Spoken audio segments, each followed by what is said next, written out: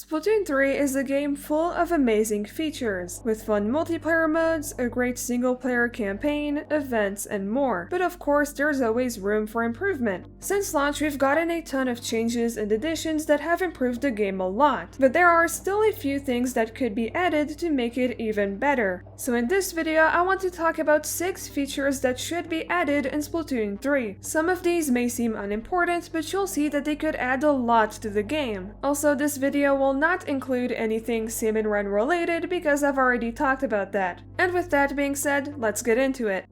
So let's start with some practical changes. These are more consequential additions that are related to battles. My first idea here is volume sliders. In many games, you can go into the settings and find volume sliders for sound. Usually there's a slider for background music and another for sound effects, and I think that's something that would be really helpful in Splatoon. Many things have their own unique sound effect. For example, you can hear the activation sound for specials like Trizooka and Ultra Stamp. You can even hear which weapons are shooting around you, and there's also the important sounds like zone flips and clam baskets. Sound effects and being able to recognize them are integral for awareness, but during battles there's also pretty loud and sometimes distracting music. And don't get me wrong, I love the music, but I would like to turn it down a bit so I can prioritize listening to the more important sound effects. That's why I think we could benefit a lot from having different sliders for music and sound effects. But I would like to add one more. I also want a slider for team callouts.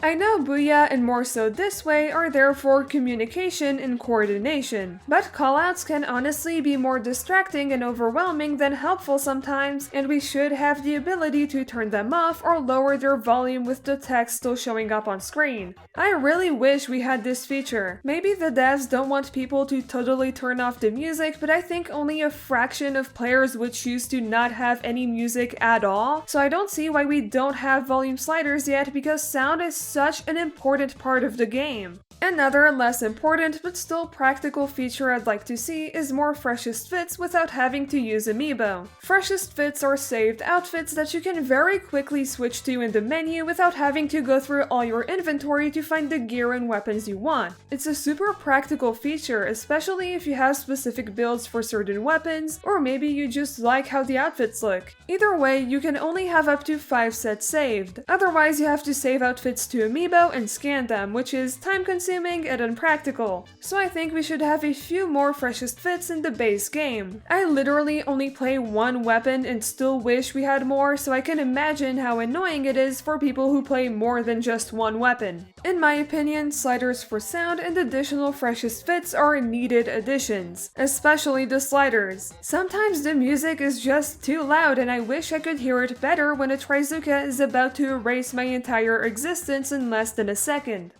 Now we have some completely new features. These don't affect the core gameplay much, but they'd be very useful and fun. The first one here is being able to play Tableturf during matchmaking. We got multiplayer Tableturf a few seasons ago, yet almost no one plays it, because usually if you open Splatoon it's to play one of the major game modes and you probably won't go out of your way for Tableturf. And we all know that matchmaking in this game is abysmal sometimes, so my idea is to play Tableturf between matches. If you're playing solo, you'd play against the AI characters, but if you're in a lobby with friends, you could play with them. The game would pause when a battle starts and continue later. This could be a nice way to introduce more players to Tableturf while making matchmaking more bearable. I mean, imagine actually having something to do while waiting for X battles instead of doom scrolling on Twitter. Cause yeah, the lobby is cool I guess, but I want to do something else sometimes. I had this idea because I actually really like Tableturf. It's a great mode that deserves more attention, but I don't have the opportunity to play it, so I end up almost never playing it. Shoutouts to the competitive Tableturf scene though, you guys are cool.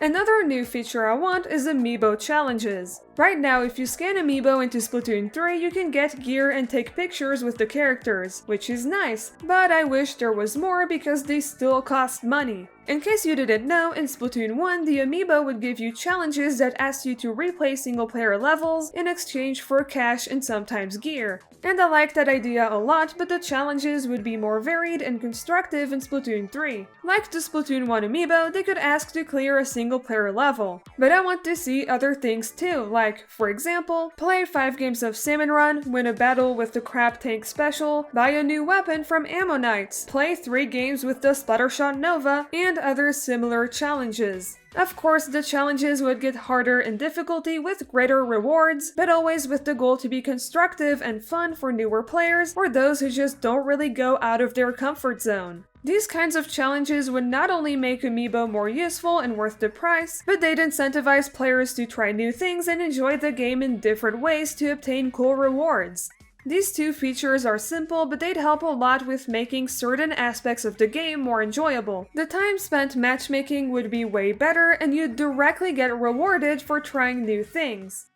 And finally, I want to touch on a couple of quality of life changes. These are smaller, less important things that would still be nice to have. And the first thing here has to do with Super Sea Snails. Super Sea Snails are the currency you get after Splatfest. They can be used to reroll slots or add stars to your gear, which is cool, but most people don't use these features nearly enough to use up all their snails. So I think we should be able to sell them to Spike or Merch for cash or use them as Shellout Machine tokens. Chill Season did add the ability to use Sheldon licenses, so why not do the same for Super Sea Snails? That way they could actually be useful. And for our final feature here, I want to talk a bit about ability chunks. Players should be able to exchange them. It'd be cool to sell ability chunks you don't use for some you will actually use. Because I always see my friends complaining about not having enough chunks for a certain ability when I have like 300 of them. I know for a fact I'm not gonna use those Super Sea Snails and those chunks that have been sitting there since launch anytime soon, so it'd be way better to exchange them for something else. I mean, why keep these things laying around forever instead of exchanging them for something cooler?